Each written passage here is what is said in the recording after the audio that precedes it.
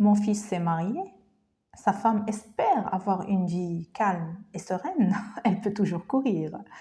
La belle-mère, dans certains milieux culturels comme le monde maghrébin, est un problème très très sérieux. Certaines belles-mères considèrent que leur fils leur appartient. Il s'est marié, elle ne va pas pouvoir le laisser tranquille parce qu'elle a besoin de mettre son doigt dans sa vie. Et donc, certaines d'entre elles créent des problèmes en utilisant deux méthodes. Il y a la méthode directe et il y a la méthode indirecte. Pour la méthode indirecte, ce sont des femmes qui vont utiliser la méthode sandwich. Ta femme est bien et tout, mais elle n'aurait pas dû faire ceci, cela, mais elle est bien. Et donc, elle crée un conflit et elle crée comme une sorte de colère cachée chez son fils. Ça, c'est le premier cas. Le deuxième cas, c'est vraiment des personnes qui vont aller droit au but, elle va créer des problèmes, elle va critiquer ouvertement, elle va faire des choses. Et donc, le truc là, ce qui s'est répété dans le cadre de l'accompagnement de guérison du vaginisme, ce sont des femmes, par exemple, avoir une relation normale avec la belle-mère, mais une fois elle accouche, surtout la période de l'accouchement, c'est là où les gros problèmes éclatent. C'est comme si la belle-mère se dit dans sa tête, ah non, maintenant on est égal, elle aussi, elle est devenue maman, donc tiens, paye. Moi, j'ai pas eu la vie facile, toi aussi tu dois payer. Il y a ce côté. Il y a le côté où certaines belles-mères interviennent même dans le choix de l'épouse.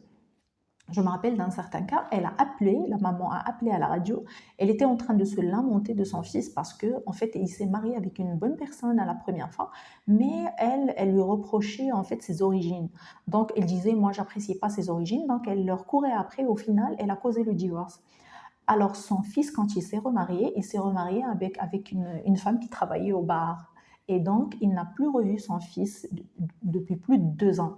Et quand elle a appelé, elle pleurait et elle regrettait ce qu'elle avait fait parce en causant le divorce de son fils, elle a réussi à le perdre parce que dans le deuxième profil, elle est tombée sur une personne qui n'a aucun scrupule.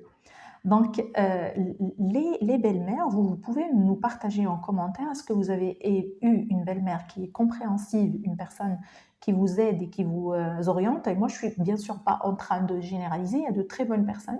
Je me rappelle d'un certain cas que j'ai eu, une femme, elle avait perdu sa mère et c'est sa belle-mère qui va être à ses côtés quand elle va accoucher. Donc, elle va l'épauler en sorte qu'elle passe vraiment une très bonne période après son accouchement.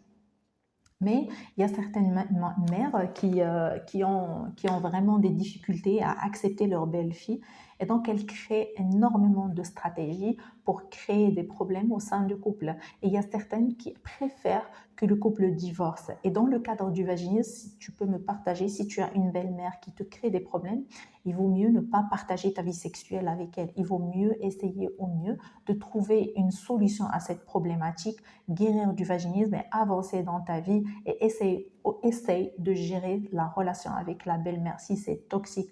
Essaye de mettre de la distance si c'est une bonne personne, il n'y a rien à craindre.